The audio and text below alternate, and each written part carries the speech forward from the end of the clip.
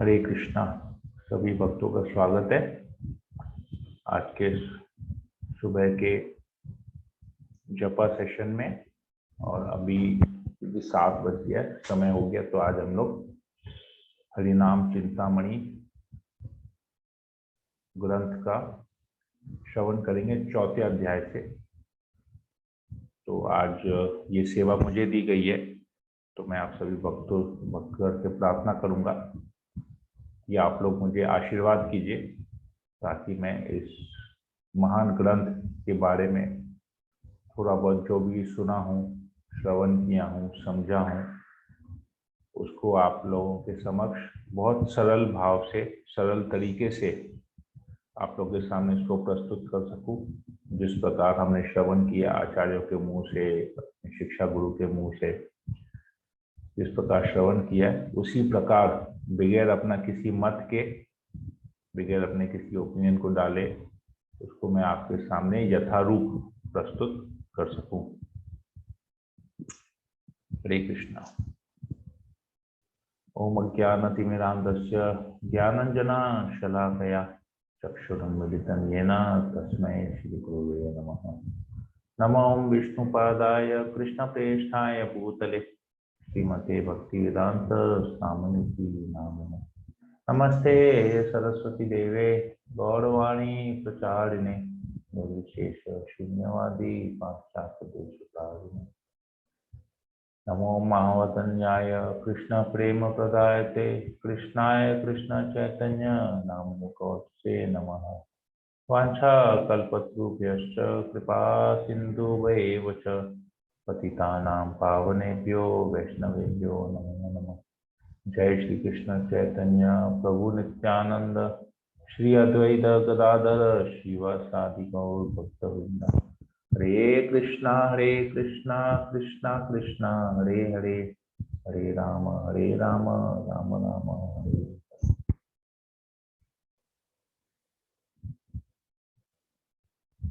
गदाधर प्राण जय जानवा जीवन, जय सीतानाथ श्रीवासादि भक्त गण।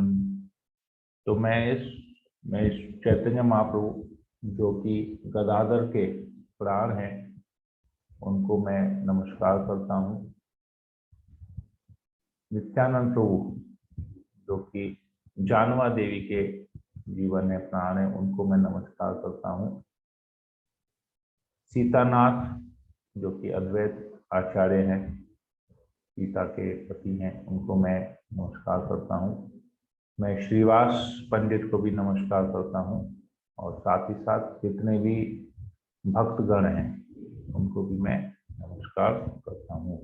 तो हम यहाँ पर 4थे अध्याय से प्रारंभ करेंगे। 4थे अध्याय का कुछ पोर्शन, जो पहला नाम अपराध है, 10 नाम अपराध में जो सबसे प्रथम नाम अपराध है कि जिन भक्तों ने अपना सारा जीवन कृष्ण नाम के प्रचार में लगा दिया है पूर्ण रूप से, उनकी निंदा करना, वैष्णव निंदा।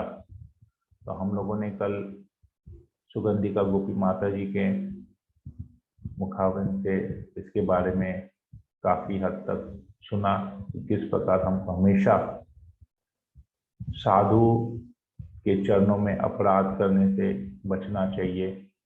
साधु कौन होते हैं, उनके क्या क्या गुण होते हैं, अलग अलग 64 प्रकार के जो गुण होते हैं साधु के, वो हमने श्रवण किया।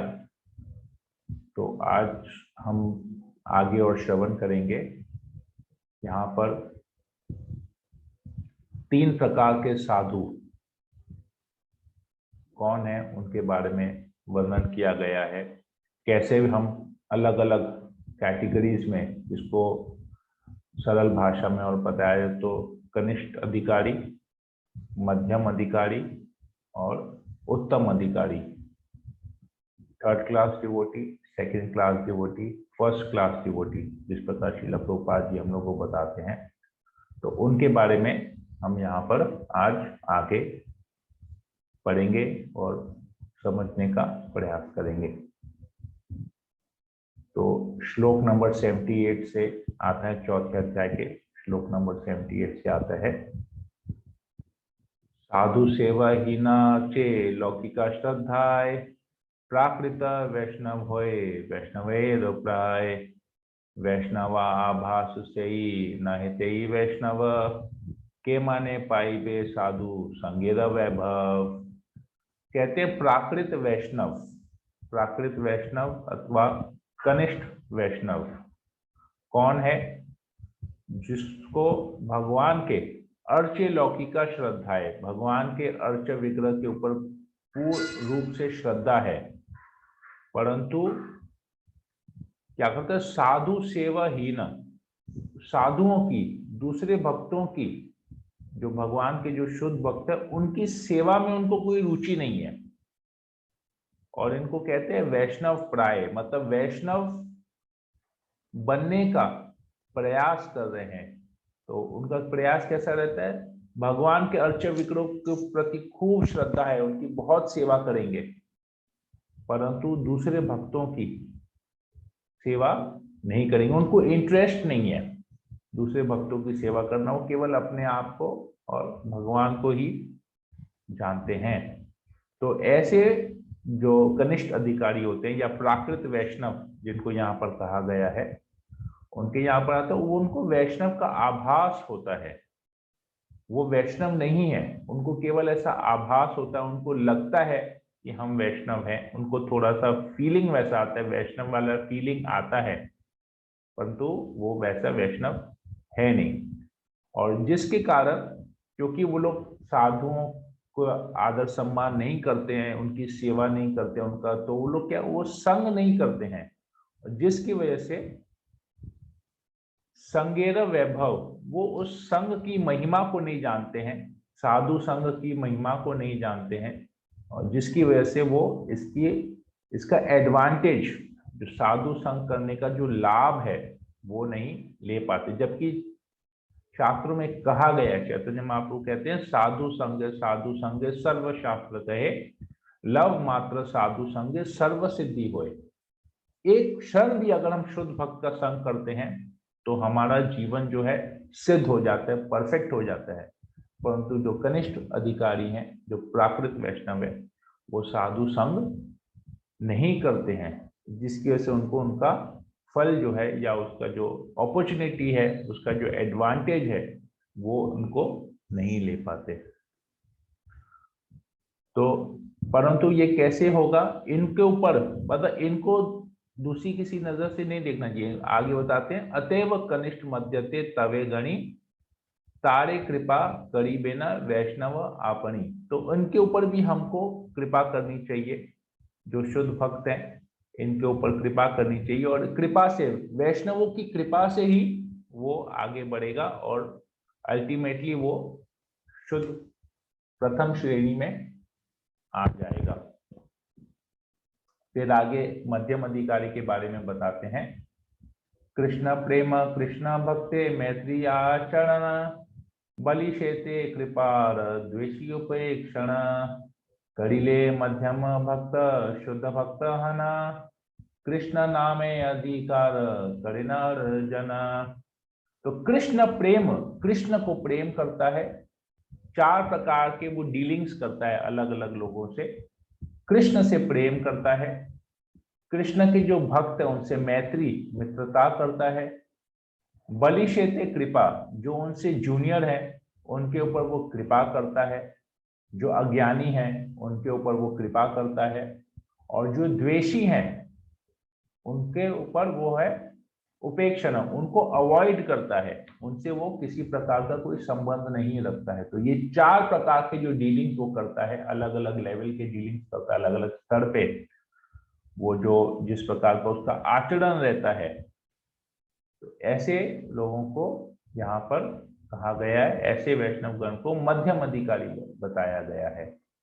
और ये मध्यम अधिकारी क्या करते हैं, ये लोग उत्तम अधिकारी शुद्ध भक्त की सेवा करते हैं, और उनका अधिकार क्या, वो शुद्ध भक्त, शुद्ध नाम लेने के अधिकारी बन जाते हैं। कृष्ण नाम में अधिकार करिन अर्जन।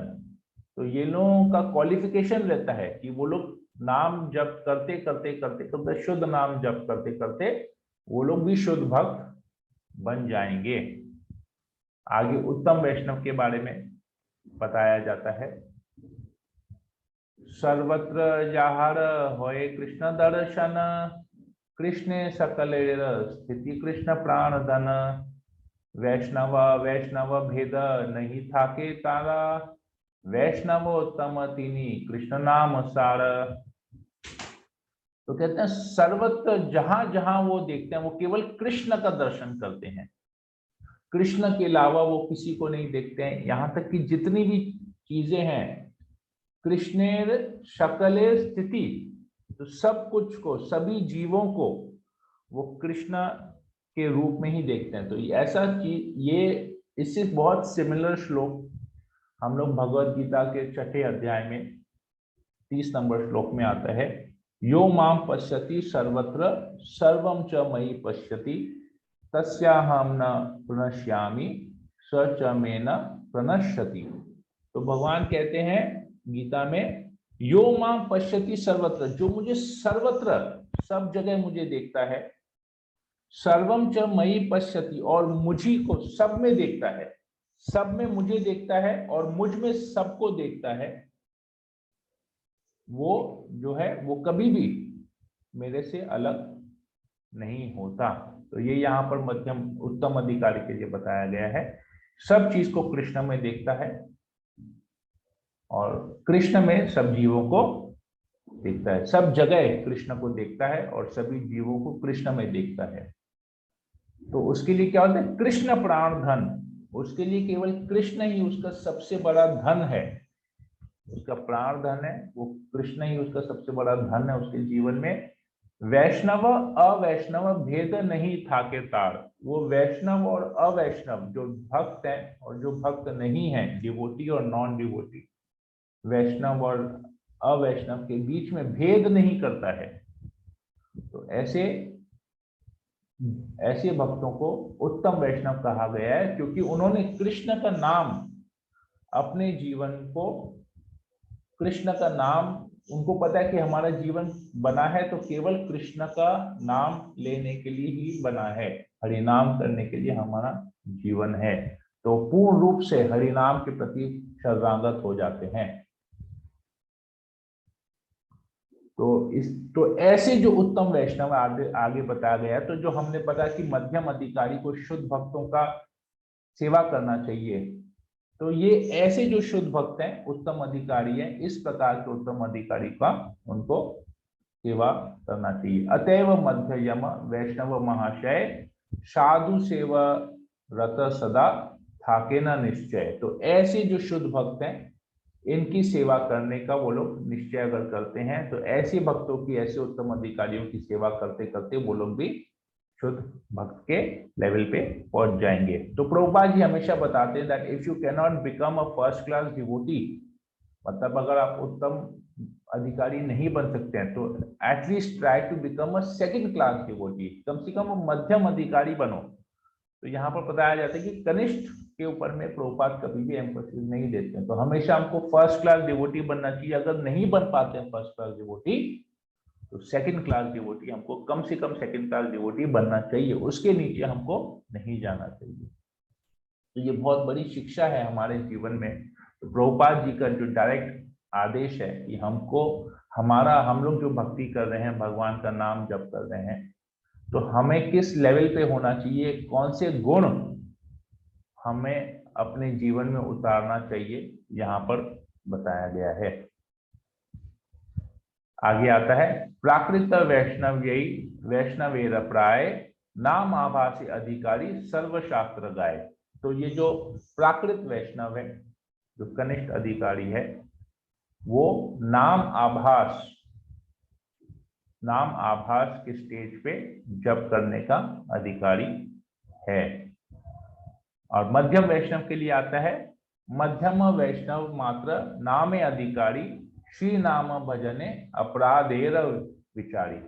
तो वो जो मध्यम अधिकारी है, वो नाम जप करता है, बहुत ध्यान पूर्वक नाम जप करता है, और साथ ही साथ वो सोचता है कि श्री नाम भजने, नाम भजन करते करते वो सोचता है अपराधेर विचार, कि कहीं में से कुछ अपराध नहीं हो जाए। हालांकि अपराध हो रहा है, पर वो हमेशा ये ध्यान में रखता है कि मेरे से दूसरा कोई अपराध नहीं हो।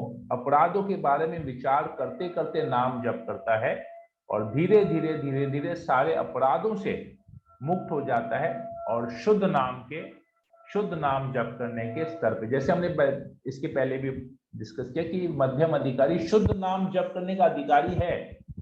वो शुद्ध नाम क्यों? क्योंकि वो अपराधों को ध्यान रखते हुए, अपराधों से बचते हुए वो नाम जप करता है, तो वो शुद्ध नाम हो जाता है। और शुद्ध नाम करते करते, शुद्ध भक्तों की सेवा करते करते वो भी उत्तम अधिकारी बन जाता है। तो इसलिए प्रभुपाद जी हमको हमेशा कहते हैं at least try to become a second class devotee. अपराधों से बचते बचते हमको नाम जप करना चाहिए और शुद्ध भक्त जो उत्तम अधिकारी है उनकी सेवा करेंगे तो उनकी कृपा से हम भी शुद्ध भक्त बन जाएंगे। और उत्तम अधिकारी के बारे में बताया गया है, उत्तम वैष्णवे अपराध असंभव सर्वत्र देखे न नहीं कृष्णेर वैभव। तो उत्तम अधिकारी कभी कोई अपराध करता ही नहीं है, क्योंकि वो सब चीज में भगवान की शक्ति का अनुभव करता है, भगवान की शक्ति को देखता है, इसीलिए उससे अपराध कभी हो ही नहीं सकता। फिर आगे आदेश आता है, निज निज अधिकार करिया विचार साधु निंदा अपराध करी परिहार। तो जो व्यक्ति जिस किसी भी स्तर पे है, जिस किसी भी स्तर पे साधना कर रहा है, भक्ति कर रहा है, सेवा कर रहा है, वैष्णवों का संग कर रहा है, उसे अपनी स्थिति के अनुसार एक चीज हमेशा ध्यान रखनी है कि वो कभी भी साधु निंदा जैसा अपराध, जो 10 नाम अपराध में प्रथम नाम अपराध है, इस नाम अपराध में वो कभी नहीं पड़े। उसे कभी ऐसा साधु निंदा में कभी पड़ना नहीं चाहिए, चाहे वो वाणी से हो चाहे वो मन से हो, कभी भी साधु निंदा उसको नहीं करनी चाहिए। और क्या करना चाहिए? साधु संग, साधु सेवा, नाम संकीर्तन, सर्व जीव दया ए भक्त आचरण। तो भक्त आचरण क्या है? चैतन्य महाप्रभु से भी पूछा गया था कि भक्त का आचरण क्या होना चाहिए। चैतन्य महाप्रभु भी कहते हैं नाम रुचि, जीव दया, साधु सेवा। तो यहाँ पर भी यही चीज बताया गया है। देखिए भक्ति विनोद ठाकुर हर एक चीज को कैसे एज इट इज, शास्त्रों के आदेशों को Bhakti Vinod Thakur as it is लेते हैं। हालांकि ये कन्वर्सेशन हरिदास ठाकुर और चैतन्य महाप्रभु के बीच में हो रहा है। चैतन्य महाप्रभु हरिदास ठाकुर से सब कुछ ले रहे हैं। अब हरिनाम की महिमा के बारे में उनसे कहा गया हरिदास ठाकुर का बताने, क्योंकि वो नाम आचार्य हैं। चैतन्य महाप्रभु उनको नाम आचार्य का स्टेटस दिया था, तो उनके श्रीमुख से ये सब कुछ आ रहा है। तो भक्ति विनोद ठाकुर यहाँ लिखते हैं, साधु संग, साधु सेवा, नाम संकीर्तन, सर्व जीवे दया, भक्त आचरण। तो ये भक्त का आचरण क्या होना चाहिए? उसको साधु का संग, हमेशा भक्तों का संग करना चाहिए, हमेशा भक्तों की सेवा करनी चाहिए, हमेशा नाम संकीर्तन करना चाहिए, नाम में रुचि होनी चाहिए, कीर्तन में जप में रुचि होनी चाहिए। और सर्व जीव के ऊपर जो भी भक्ति में नहीं है उनको ऐसा नहीं कहना चाहिए अरे ये तो भक्ति में नहीं है तो बेकार आदमी है, देवी देवताओं की पूजा करता है, उसको धिक्कारता है। ऐसा कभी नहीं करना चाहिए, उनके ऊपर दया करनी चाहिए, क्योंकि हम भी भक्ति में आने से पहले ऐसे ही थे। तो अगर हमारे ऊपर कृपा नहीं होती तो क्या हम भक्ति में आ जा पाते? हम यहाँ बैठ के भगवान का नाम जप करते, साधना कर पाते? तो हमारे ऊपर भी किसी ने कृपा की है, तो वो जिसने भी कृपा की है वो भी मध्यम अधिकारी या उत्तम अधिकारी के स्तर पे था, जिसने हमारे ऊपर कृपा की और हम आज भक्ति में आए और भक्तों का संग कर रहे हैं। तो इसी प्रकार हमको भी ये आचरण करना चाहिए। अगर ये हमारा आचरण नहीं है तो कोई भी एक चीज अगर इसमें मिसिंग है तो हम भक्त के लेवल पे नहीं है। अगर हम साधु संग कर रहे हैं परंतु सेवा नहीं कर रहे हैं और जीवों के ऊपर कृपा नहीं कर रहे हैं तो भी हम भक्त नहीं है। अगर हम साधु सेवा कर रहे हैं, भाई कभी भी एक ऐसा मिला, कोई सीनियर डिवोटी हमारे घर पे आ गए या कोई सन्यासी हमारे शहर में आ गए, तो 2-4 दिन जाके उनकी सेवा किए, बाकी साल के 360 दिन हम गायब हैं। किसी भी प्रोग्राम में कहीं कुछ आते नहीं है, आना जाना नहीं करते, भक्तों का संग नहीं करते हैं, तो ये भी सही नहीं है।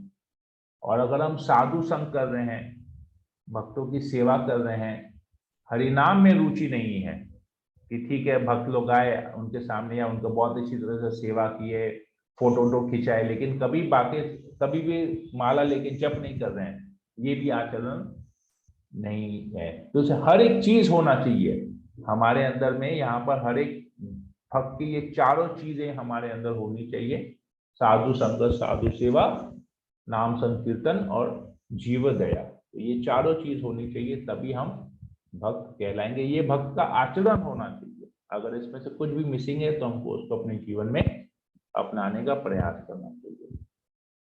और हमको हमेशा निंदा से बचनी चाहिए। यहाँ पर आता है अगर हमसे साधु निंदा हो जाती है किसी कारण से, जाने अनजाने में अगर हम साधु निंदा कर बैठते हैं, तो इसके बारे में बताया गया है, प्रमादे यद्यपि घटे साधु विग्रहन, तबे अनुतापे धरी से साधु चरण, कांदिया बलिबा प्रभो शमी अपराध, ए दुष्ट निंदके कर वैष्णव प्रसाद। कहते हैं हमसे अगर साधु की निंदा हो जाए तो हमको अनुताप करना चाहिए, हमको प्रायश्चित करना चाहिए। कैसे प्रायश्चित करना चाहिए? उस साधु के चरणों को पकड़ना चाहिए और उनसे क्षमा मांगनी चाहिए, रुदन करते हुए, कांदिया बलिबा प्रभु शमी अपराध, मैंने आपके प्रति अपराध किया है, आप मुझे क्षमा कर दीजिए।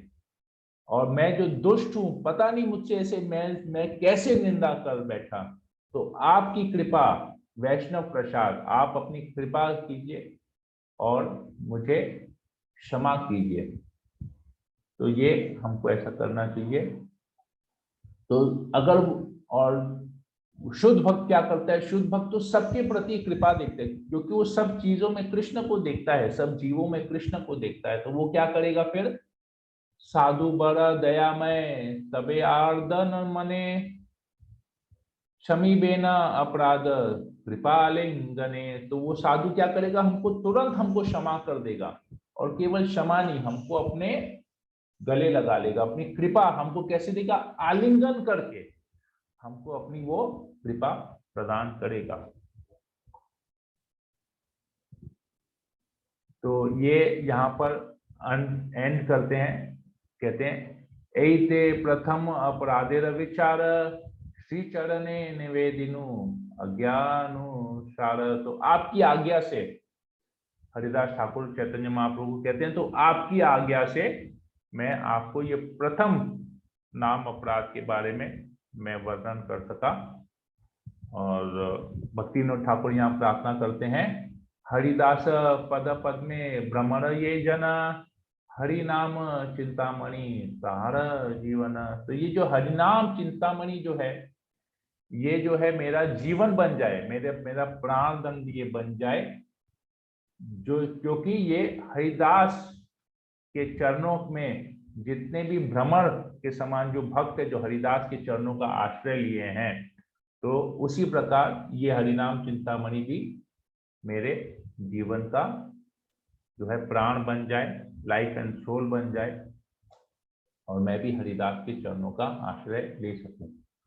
और फिर पांचवा अध्याय यहाँ पर प्रारंभ होता है। पांचवा अध्याय में दूसरा नाम अपराध आता है, जहां पर हम लोग शिव और ब्रह्मा जैसे देवताओं को भगवान की तुलना, भगवान के समान समझते हैं, या भगवान के सेम कैटेगरी समझते हैं, या उनको स्वतंत्र समझते हैं, भगवान विष्णु से उनको स्वतंत्र समझते हैं, उनको अलग समझते हैं, और उनको भी भगवान का दर्जा देते हैं। तो ये दूसरा नाम अपराध यहाँ पर आता है। तो आगे यहाँ पर कहते हैं, शिवस्य श्री विष्णु ये गुण नाम आदि सकलम, धिया भिन्नम पश्येत खलु हरि नाम हति कर, नाम हित कर। तो शिव, शिवास्य श्री विष्णु, शिव अस्य, शिव और ब्रह्मा जैसे देवताओं को श्री विष्णु से अलग समझना, स्वतंत्र समझना, या उनके बराबर, गुण नाम आदि शकलम, उनके बराबर समझना या उनसे भिन्न समझना, दिया भिन्नम पश्येत से खलु हरि नाम हित कर। तो ये सेकंड नाम अपराध आता है यहाँ पर। यहाँ पर हरिदास ठाकुर कहते हैं, हरिदास बोले तबे करी जो दहात, द्वितीय अपराध ए भी सुनो जगन्नाथ। तो यहाँ पर बड़े विनम्रता पूर्वक हाथ जोड़ते हुए हरिदास ठाकुर दूसरे नाम अपराध के बारे में बताते हैं। तो सबसे पहले वो विष्णु तत्व के बारे में बताते हैं। कहते हैं परम अद्वय ज्ञान विष्णु पर तत्व, चित स्वरूप जगदीश सदा शुद्ध सत्व। तो परम अद्वय मतलब इसका कोई दूसरा ड्युअलिटी नहीं है, ये नॉन ड्यूअल है। तो ये है विष्णु जो है परम तत्व है, पर तत्व है विष्णु, और उनका जो स्वरूप है वो पूरा चित स्वरूप है। चित स्वरूप यहाँ पर वो हमेशा प्योर गुडनेस में रहते हैं, मतलब शुद्ध सत्व में रहते हैं वो।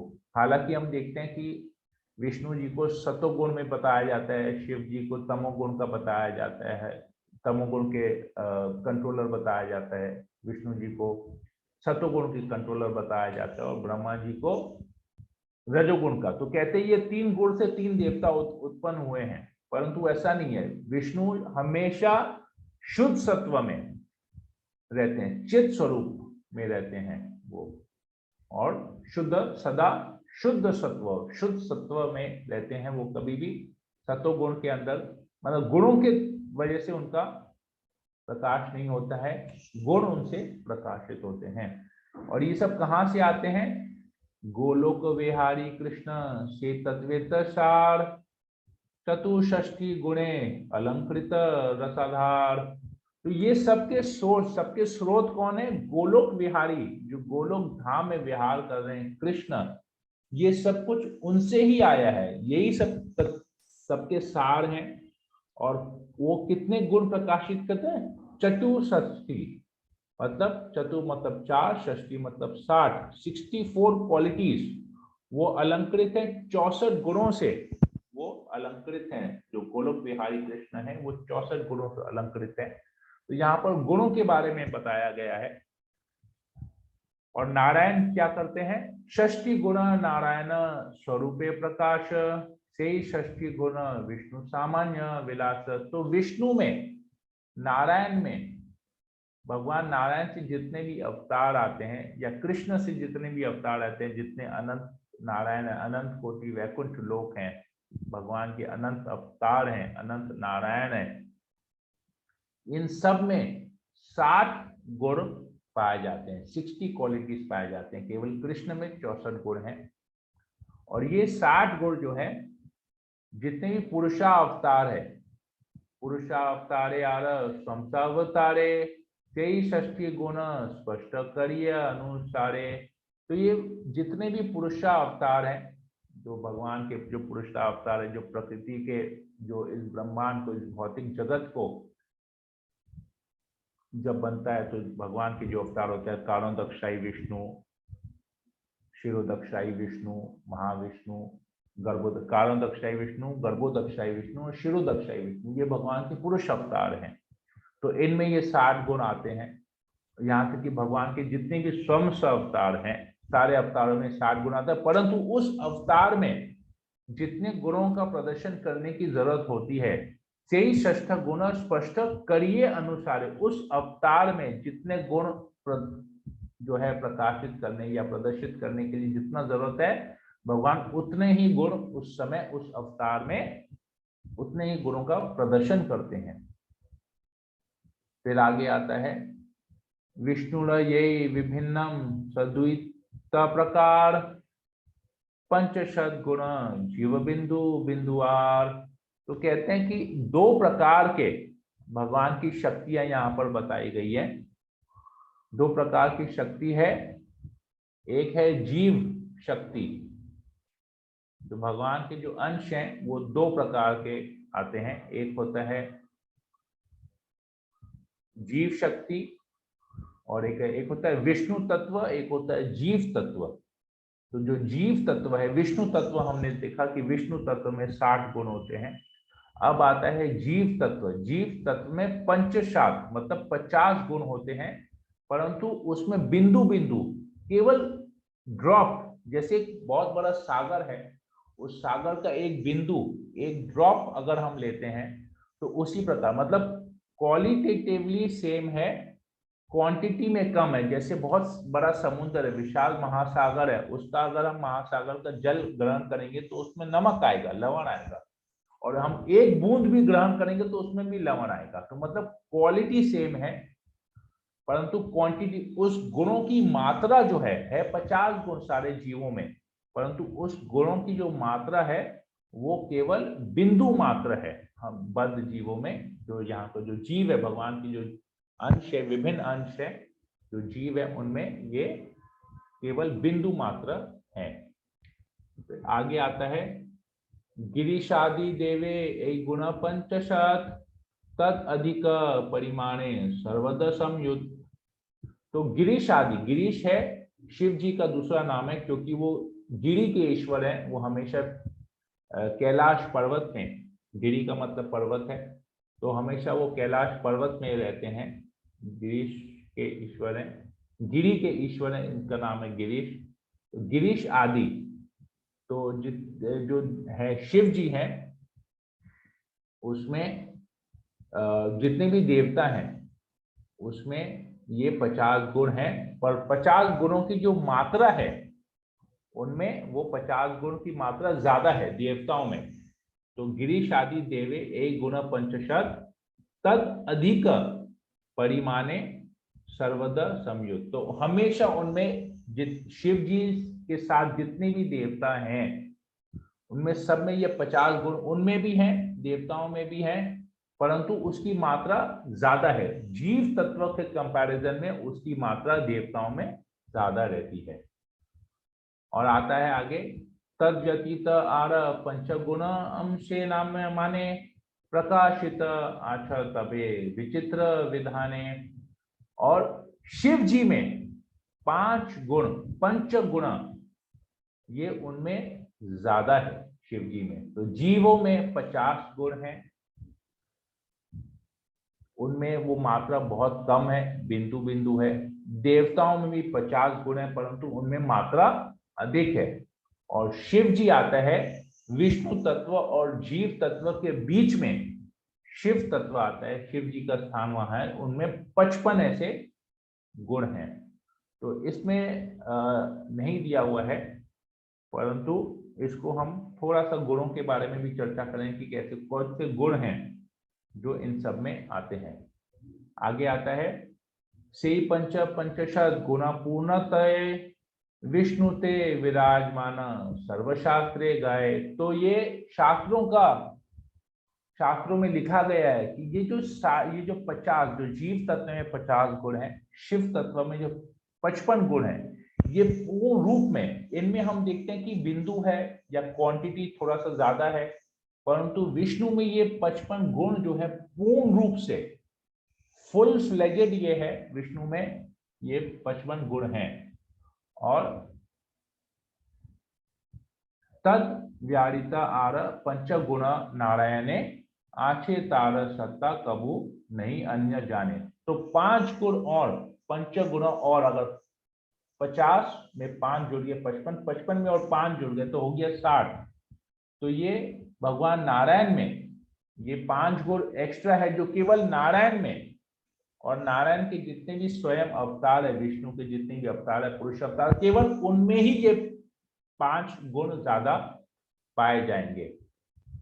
षष्ठी गुणे विष्णु तत्व परम ईश्वर गिरीश आदि अन्य देव ताहर किंकर। तो षष्ठी गुणे वाले जो विष्णु है, जो 60 गुण वाले विष्णु हैं, विष्णु तत्व जो है वो परम ईश्वर है। और जो गिरीश आदि अन्य देवा, और जो शिव जी सहित अन्य देवता जितने हैं वो उनके किंकर हैं, ताहर किंकर। तो जो 50 गुण, तो बहुत सारे गुण जो 50 है ये सब में पाए जाते हैं, सब जीवों में पाए जाते हैं। जीवों में मात्रा उसकी कम होती है, देवताओं में उसकी मात्रा ज्यादा होती है। परंतु 5 ऐसे कौन से गुण हैं जो केवल शिव जी में आते हैं, जो एक्स्ट्रा गुण हैं जो शिव तत्व में आते हैं, वो है कि वो उनका रूप कभी परिवर्तन अपरिवर्तनीय है, उनका रूप कभी परिवर्तन नहीं होता है। वो सब चीज के उनको जानकारी रहती है, ऑल कॉग्निजेंट जिसे कहा जाता है, सब चीज की जानकारी उन्हें भी रहती है। एवर फ्रेश, वो हमेशा यौवन रूप में रहते हैं, हमेशा सुंदर दिखते हैं। सच्चित आनंद, उनका जो शरीर है वो सच्चित आनंद में शरीर है, और साथ ही साथ उनमें सारे योग शक्तियां भी उनमें हैं। तो ये 5 गुण हम देखते हैं जो जीवों से अधिक केवल शिव जी में पाए जाते हैं। और ये अंश ये केवल मात्रा में कम है, परंतु भगवान नारायण में ये 5 गुण पूर्ण रूप से है। और एक्स्ट्रा जो 5 गुण है जो केवल नारायण या विष्णु तत्व में पाया जाता है, वो है कि उनकी शक्ति जो है अचिंत्य है, अचिंत्य है, जिसकी हम इनकंसीवेबल है। और उनके शरीर से अनंत कोटि ब्रह्मांड निकलते हैं। ये 57th क्वालिटी है। 58th क्वालिटी है, वो सारे अवतारों के स्रोत हैं, original source of all incarnation. सारे विष्णु के जितने भी अवतार होते हैं वो नारायण से आते हैं, और वो मुक्ति प्रदायक है, मुक्ति प्रदान करते हैं। ये उनका 59th क्वालिटी है। और 60वां गुण ये है कि वो जितनी भी मुक्त आत्माएं हैं उनको वो आकर्षित करते हैं अपनी ओर। चाहे वो ब्रह्म ज्योति में भी जितने भी जीव जाके ब्रह्म ज्योति में विलीन होते हैं, वो ब्रह्म ज्योति के भी प्रति आकर्षित होते हैं। ये भगवान नारायण के ये 60वां गुण है, जो स्वयं साकार या निराकार रूप में दोनों में ही वो जो है मुक्त जीवों को आकर्षित अपने प्रति करते हैं। और 64 गुण जो है, जो 4 गुण है जो केवल कृष्ण में है, उसे कहते हैं, प्रथम गुण आता है लीला माधुर्य। लीला माधुर्य मतलब भगवान कृष्ण लीलाएं करते हैं, वो बहुत सुंदर सुंदर लीलाएं करते हैं। फिर दूसरा आता है वेणु माधुर्य। वेणु माधुर्य मतलब वो अपने वेणु से, अपनी बंसी से सारे जीवों को आकर्षित करते हैं। केवल अपनी बांसुरी जो बजाते हैं, उस बांसुरी के धुन से सारे जीव को वो आकर्षित करते हैं। फिर आता है प्रेम माधुर्य। वो हमेशा अपने भक्तों के साथ पाए जाते हैं, किसी न किसी प्रकार से भक्तों से वो अलग अलग रसों में प्रेम का आदान प्रदान करते हैं, प्रेम माधुर्य। और आता है कि वो जो है बहुत सुंदर हैं, उनके जैसी सुंदरता, उनके जैसा सुंदर कोई हो ही नहीं सकता है, ना कोई है उनकी तुलना में, और ना कोई होगा। तो ये आता है रूप माधुर्य, यहाँ पर आता है। तो ये अलग अलग गुण हैं जो अलग अलग लेवल पे पाए जाते हैं। आगे बताते हैं, विभिमांश गिरीशादि जीवश्रेष्ठ विष्णु सर्व जीवेश्वर सर्वद्वेश्वर। तो ये जो शिव जी या जितने भी देवता हैं और शिव जी इत्यादि, वो भगवान के विभिन्न अंश हैं, वो अलग नहीं, वो स्वतंत्र नहीं है, वो भगवान के विभिन्न अंश हैं। और विष्णु सर्व जीवेश्वर सर्व देवेश्वर, पर इन सबों के जो देवता हैं, इन सबों के जो स्वामी हैं, वो है भगवान विष्णु, यहाँ पर बताया गया है। आगे आता है, अन्य देव सह सम विष्णु के ये माने, से बड़ अज्ञान ईश्वर तत्व नहीं जाने।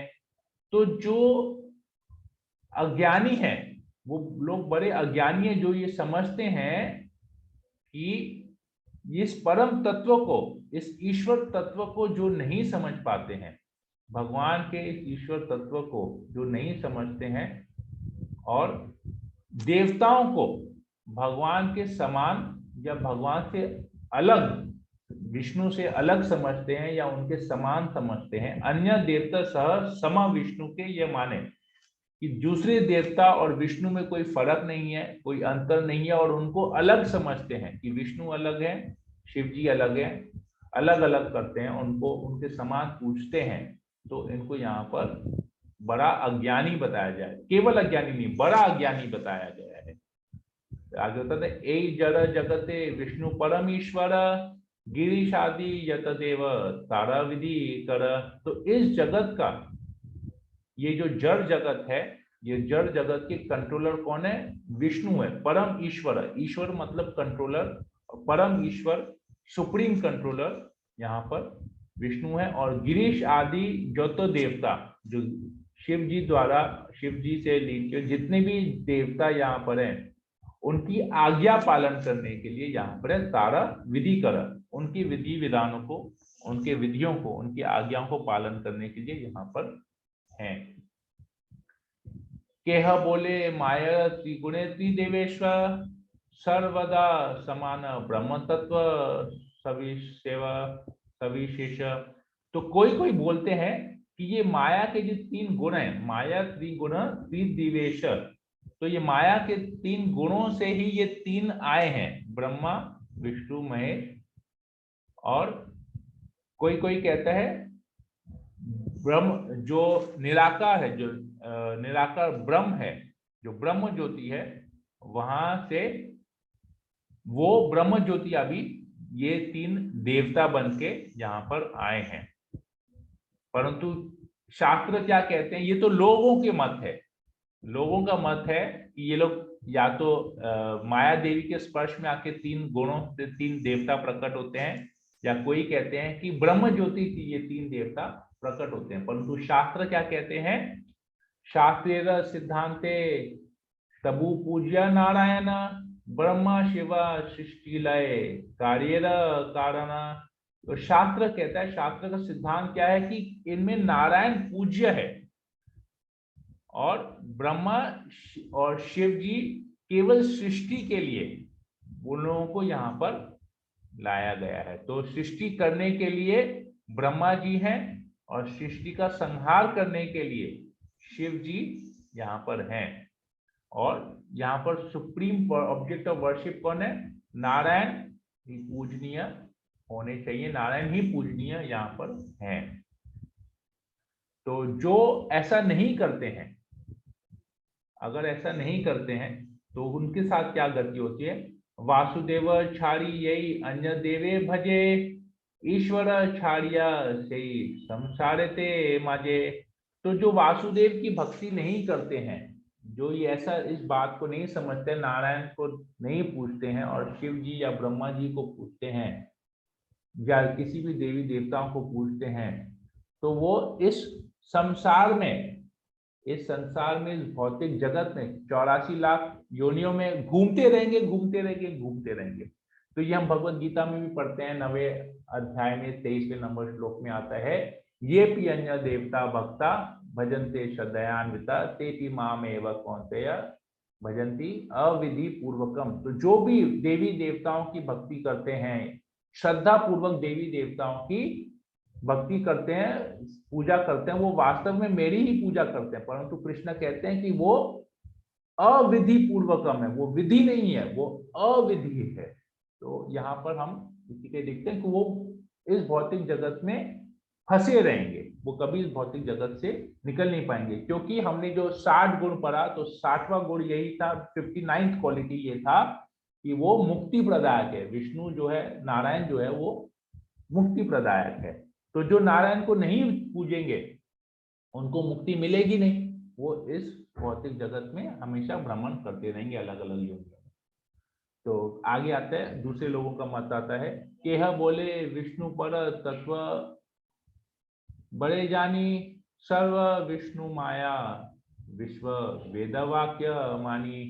तो कोई कोई कहता है कि मुझे पता है कि जो है विष्णु जो है परम भगवान है, और मुझे पता है कि शास्त्र भी यही कहते हैं कि विष्णु सब जगह उपस्थित हैं, और अतएव सर्वदेवे विष्णु अधिष्ठान सर्वदेवर्चने होए विष्णुर समान।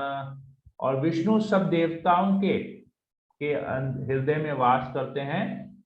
और जब विष्णु की, और कहते हैं कि जब देवताओं की पूजा होगी तो विष्णु की भी पूजा हो जाएगी, क्योंकि विष्णु सब जगह है, सब जगह उपस्थित है, सबके हृदय में, तो हम किसी को भी पूजेंगे, किसी भी व्यक्ति की पूजा करेंगे तो वो विष्णु की पूजा के समान हो जाएगा। जैसे कुछ आता है ना, मानव सेवा ही माधव सेवा है। क्यों? सब जीवों के अंदर भगवान है, तो जीवों की सेवा करें, भगवान की सेवा हो जाएगी।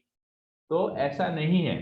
एता निषेध पर वाक्य विधि नए अन्य देव पूजारा निषेध है।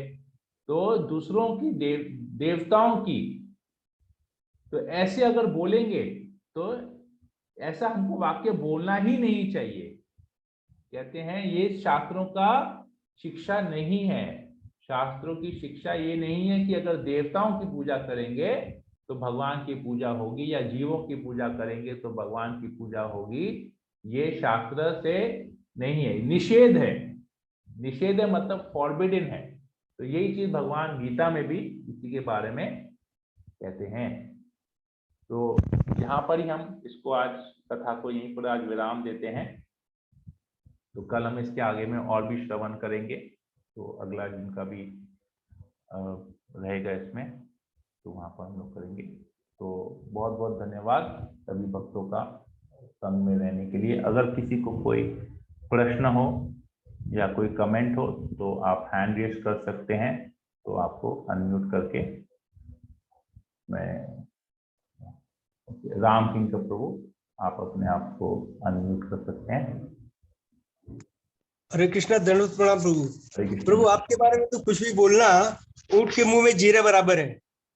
फिर भी आशा गुरु प्रभु की तरफ से और सभी वैष्णव की तरफ से मैं आपको बोलता हूँ, देते आशीर्वाद तुम्हें शुभ कामना, जीवन भर तुम खुशियों का दामन थामना। हरि बोल। हरि बोल, हरि बोल। रत्ना अग्रवाल माता जी। हरे कृष्णा प्रभु, दंडवत प्रणाम प्रभु। बहुत ही सुंदर, आपने कितना सुंदर कथा का पूरा व्यवस्था से बहुत ही 3 तरह के भक्तों के बारे में बताया।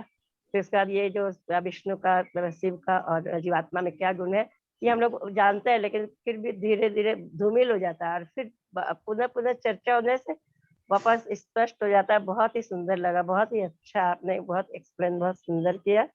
आपके लिए साधु साधु साधु 3 बार बोलती हूँ और सही बात है होगा। सदानंद गिरधारी प्रभु। हरे कृष्ण प्रभु जी, दंडवत प्रणाम प्रभु जी। हाँ प्रभु जी, वेरी एक्सेलेंट प्रेजेंटेशन प्रभु। बहुत ही अच्छी तरह से सरल भाषा में आपने समझाया प्रभु। मेरा एक कंफ्यूजन भी आ गया है, थोड़ा कंफ्यूजन क्लियर करेगा तो अच्छा होगा प्रभु। तो जीव तत्व, भगवान का जो तत्व के बारे में आपने बोला है, सॉरी, भगवान का अंश, स्वांश एंड विभिन्न अंश। तो हम लोग जीव तत्व जो है विभिन्न अंश में आता है, और भगवान और भगवान के सारे अवतार जो होता है वो स्वांश में आता है। तो मेरा क्वेश्चन है प्रभु जी, हम लोग सुना है शिव भगवान जो है लॉर्ड शिवा जीव तत्व और विष्णु तत्व माने स्वांश के बीच में जो आता है, तो भगवान शिव जी को विभिन्नांश कहा जा सकता है प्रभु जी? ये मेरा एक डाउट है, मुझे क्लियर नहीं है, थोड़ा कृपया बताइए। हमने यहाँ पर ना विभिन्न अंश हैं, शिव जी भगवान विष्णु के विभिन्न अंश हैं, परंतु जीव तत्व से ऊपर है। जीव तत्व है विभिन्न अंश। हमने तो इसमें आया था कि शिव जी जो है, शिव जी और देवता जो है विभिन्न अंश हैं, परंतु जीव तत्व से ऊपर है। क्यों? क्योंकि उनमें जो 5 क्वालिटीज जो एक्स्ट्रा था, 50 क्वालिटीज के अलावा जो 5 क्वालिटी एक्स्ट्रा था, जो 55 क्वालिटी शिव जी में थी, तो उस 55 क्वालिटी में एक क्वालिटी था कि वो चेंज नहीं होते हैं, उनका रूप जो है चेंज नहीं होता है। परंतु हम जीव तत्व का रूप चेंज होता है। कैसे? हम अलग अलग बॉडी लेते हैं पर उनका बॉडी चेंज नहीं होता है, उनका सच्चिदानंद बॉडी ही रहता है। तो उनमें से एक क्वालिटी ये है। तो विभिन्न अंश हैं और परंतु उनमें ये एक्स्ट्रा क्वालिटी आता है, ये that is why he is above जीव तत्व, जीव तत्व से ऊपर है, इसीलिए। थैंक यू वेरी मच प्रभु। तो 5 क्वालिटीज है और 5 क्वालिटीज ही उनको जीव तत्व से अलग करता है। जैसे ब्रह्मा जी जीव तत्व में आते हैं, ब्रह्मा जी में 50 क्वालिटीज है। क्यों? क्योंकि अगर हम 100 जन्मों तक वर्णाश्रम सिस्टम को 100% फॉलो करते हैं तो हम भी ब्रह्मा बन सकते हैं। तो मतलब वो 50 गुण की मात्रा हम में बढ़ जाएगी और हम भी ब्रह्मा बन जाएंगे शास्त्रों के हिसाब से। अगर 100 लाइफ टाइम्स तक अगर हम 100% वर्णाश्रम सिस्टम को फॉलो करते हैं, then we can take the post of Brahma. Mean जीव तत्व, ब्रह्मा जी भी जीव तत्व में आते हैं, परंतु उनमें जो क्वांटिटी है गुणों का साधारण जीव के कंपैरिजन में ज्यादा रहता है देवताओं में, परंतु शिव जी उसके ऊपर है। वो 55 क्वालिटीज, 5 एक्स्ट्रा क्वालिटीज उनमें आता है। और जीव तत्व में प्रभु जी 50 क्वालिटीज इन मैंने आपने बताया था बिंदु मात्रा में है गुण। हाँ, बिंदु मात्रा में है।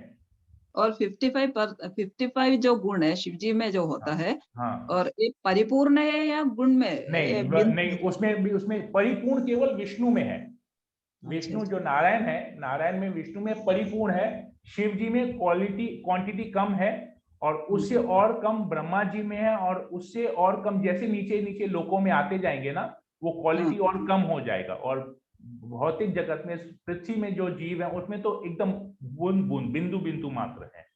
देवताओं में क्वालिटी ज्यादा रहती है, क्वालिटीज और क्वालिटी की क्वांटिटी जो है ज्यादा हो जाती है। ब्रह्मा जी में जैसे सत्य लोक में जाएंगे तो बहुत ज्यादा रहेगा, शिव जी में और ज्यादा रहेगा उसका क्वांटिटी, और परंतु पूर्ण 100% जो रहेगा वो केवल विष्णु तत्व में रहेगा। बाकी जो शिव तत्व में परसेंटेज कम हो जाएगा, ब्रह्मा जी में परसेंटेज और कम होगा, जैसे और नीचे लोक में आते जाएंगे वो परसेंटेज और कम होते जाएगा वो। Okay Prabhu ji, thank you very much Prabhu ji, मेरा अंडरस्टैंडिंग क्लियर हुआ है।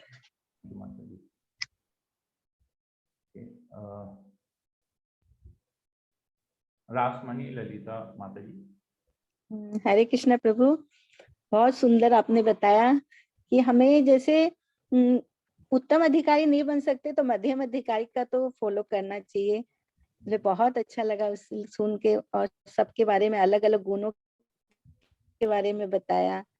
हम लोग को सुनते हैं ये वाला, पर मनुष्य की तो बद जीव का तो है ही प्रवृत्ति की बार बार भूल जाते हैं, इसलिए आपने बार बार याद दिलाया। और हम लोग ने आशा, प्रभु ने हम लोग को सब भक्तों के मुख से सुनने का बार बार हम लोग को कह रहे कि हम लोग कभी भूले नहीं, उसको याद रहे, तो उसके लिए बहुत अच्छा आपने बोला है। बहुत सुंदर लगा कनिष्ठ अधिकारी, मध्यकाचार्य और सब गुणों के बारे में, इसलिए बहुत बहुत धन्यवाद।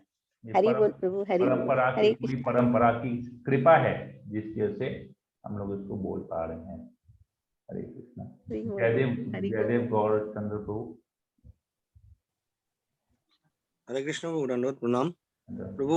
খুবই সুন্দর আপনি বিবরণ করেছেন, আর অনেক কিছু আবার সবকিছু মনে পড়ে গেল, কেননা সবসময় ভুলে যাচ্ছি আমরা জড় জগতের জন্য। তো গুণ ওকে, আপনার মিউট হয়ে গেছে। ঠিক আছে প্রভু, এবার হ্যাঁ, হরে কৃষ্ণ। তো প্রভু অসংখ্য ধন্যবাদ আর আপনাকে প্রণাম জানাচ্ছি, কারণ এই যে আমরা উত্তম অধিকারী, কনিষ্ঠ অধিকারী, যা যা আপনি ডেফিনেশন দিলেন সেগুলো খুব আবার মনে পড়ে গেল প্রতি কটা জিনিস। আর যে গুণ যে বিচার করলেন ভগবানের, আর আপনার কাছে কোশ্চেন আসলে সেই কোশ্চেনটা এত সুন্দর আপনি আবার এক্সপ্লেন করলেন, তো খুব সুন্দর প্রভু। হরে কৃষ্ণ প্রভু, অসংখ্য ধন্যবাদ প্রভু। बाल किशोर अग्रवाल प्रभु। हरे कृष्ण प्रभु। आपने जो सब तरह के अधिकारी के बारे में बताया, हम लोग को इतना मतलब ये पहले थोड़ा बहुत सुना हुआ था, लेकिन आज तो आपने एकदम इतना क्लियर बता दिया, मतलब हमेशा याद रहेगा हम लोग को। जय। और आपके बारे में तो बोलना ही मतलब हम लोगों के लिए अपने आप को छोटा करना। तो आप नमस्कार करते हुए 3 बार हरि बोल हरि बोल हरि। हरे कृष्ण। सत्यनारायणी माता जी।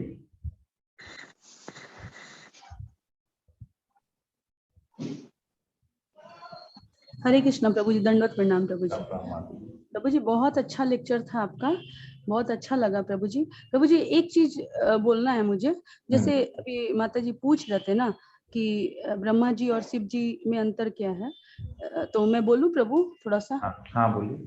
तो जैसे ब्रह्मा जी देवता में आते हैं प्रभु जी, लेकिन शिव जी देवता में नहीं है। जैसे जब प्रलय आती है ना, तो देवता का लोक मतलब जो ब्रह्म लोक है वो भी प्रलय में खत्म हो जाता है, लेकिन जो शिव जी के लोक हैं वो कैलाश जो है वो चिन्मय धाम में है, उसका प्रलय नहीं होता है। तो इसलिए शिव जी को ईश्वर की गिनती में डालते, वो उनका जो 54 जो क्वालिटीज है वो परिपूर्ण मात्रा में है। वो भगवान के 64 हैं और उनसे 10 कम है शिव जी के, लेकिन वो चिन्मय धाम में वास करते हैं। तो प्रलय के समय शिव जी का लोक खत्म नहीं होता है, वो देवता में नहीं है। देवता में ब्रह्मा जी और ब्रह्मा के नीचे बाकी जो गणेश और बाकी जो देवता हैं वो लोग देवता की श्रेणी में आते हैं। ये अंतर है प्रभु जी। और एक और जगह अंतर आता है कि तीसरे मनु में शिव पुराण में आता है कि तीसरा मनु होता है, तीसरे मनु के समय में शिव जी को भगवान के रूप से पूजा जाता है, ये आता है। अब ये शिव जी का और 2 लोक है प्रभु, ये भी क्लियर करना पड़ेगा। शिव जी के 2 लोक हैं, एक तो भगवान चिन्मय धाम में रहते हैं, जो कि वो माता पार्वती और पूरे शिव परिवार के साथ वो चिन्मय धाम में रहते हैं, जहाँ की शुद्ध भक्त ही एंट्री पा सकते हैं। उस चिन्मय धाम में बाकी लोग एंट्री नहीं पाते। और बाकी जो लोग ऐसे जो लोग शिव भक्त है, जो अपने आप को शैव कहते हैं, वो लोग, उन लोगों के लिए एक अलग धाम है, जो कि इसके नीचे जिसको बोलते हैं वो अतल बितल सुतल में रहते हैं शिव जी। उस धाम में उनको जाते हैं जो लोग भूत प्रेत की पूजा करते हैं, और जो लोग मतलब जो शैव के हिसाब से पूजा करते हैं प्रभु जी, और जो लोग प्योर वैष्णव के हिसाब से जो लोग पूजते हैं वो चिन्मय धाम में जाते हैं। बहुत बहुत धन्यवाद माता जी, आपने बहुत फर्दर एक्सप्लेन कर दिया।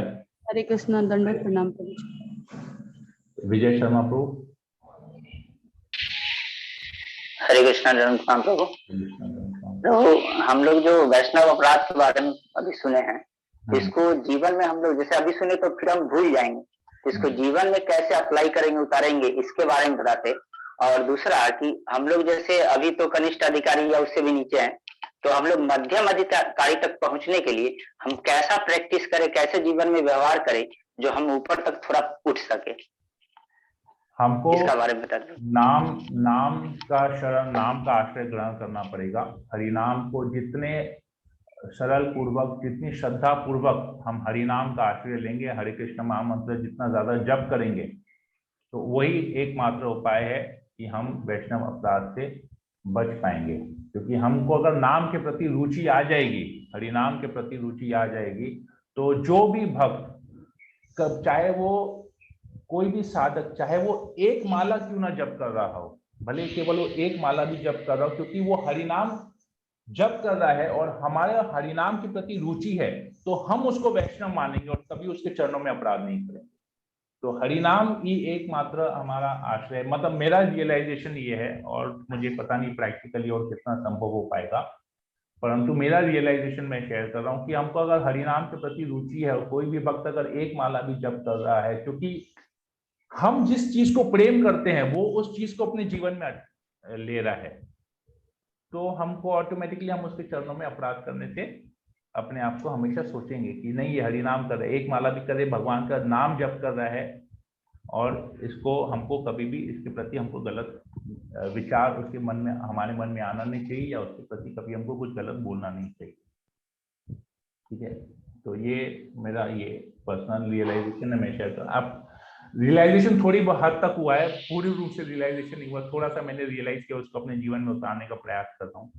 तो यही है, मैं इस बारे में यही बता दूंगा, उससे ज्यादा नहीं बता। प्रभु ऊपर एलिवेट होने के लिए जैसे मध्यम अधिकारी तक धीरे धीरे वो शुद्ध नाम करते रहेंगे, नाम के ही बल पे हम नाम बगैर अपराध की अगर हम नाम जप करते रहेंगे, तो हम हमेशा अपराधों को मन में रखते हुए ध्यान पूर्वक जप करेंगे, तो हम धीरे धीरे अपने आप, यहाँ पर तो आया था ना कि मध्यम अधिकारी बन जाएंगे, मध्यम अधिकारी फिर उत्तम अधिकारी की सेवा करेंगे, नाम को पूर्ण रूप से श्रद्धा पूर्वक नाम को जप करेंगे, तो हम ऑटोमेटिकली जो है फर्स्ट क्लास डिवोटी शुद्ध भक्त के लेवल पे अपने आप आ जाएंगे। ठीक है, बहुत बहुत धन्यवाद प्रभु। आशीर्वाद प्रभु, आपका स्वागत है प्रभु। हरे कृष्णा, हरे बोल, हरे कृष्णा। मैं लेट से ज्वाइन किया, परिक्रमा खत्म हुआ 7:30 बजे मेरा, फिर ज्वाइन किया हूँ। तो मैं तो इसलिए आया हूँ कि कल सूर्यवंशी से बात हुआ था, तो हम लोग आज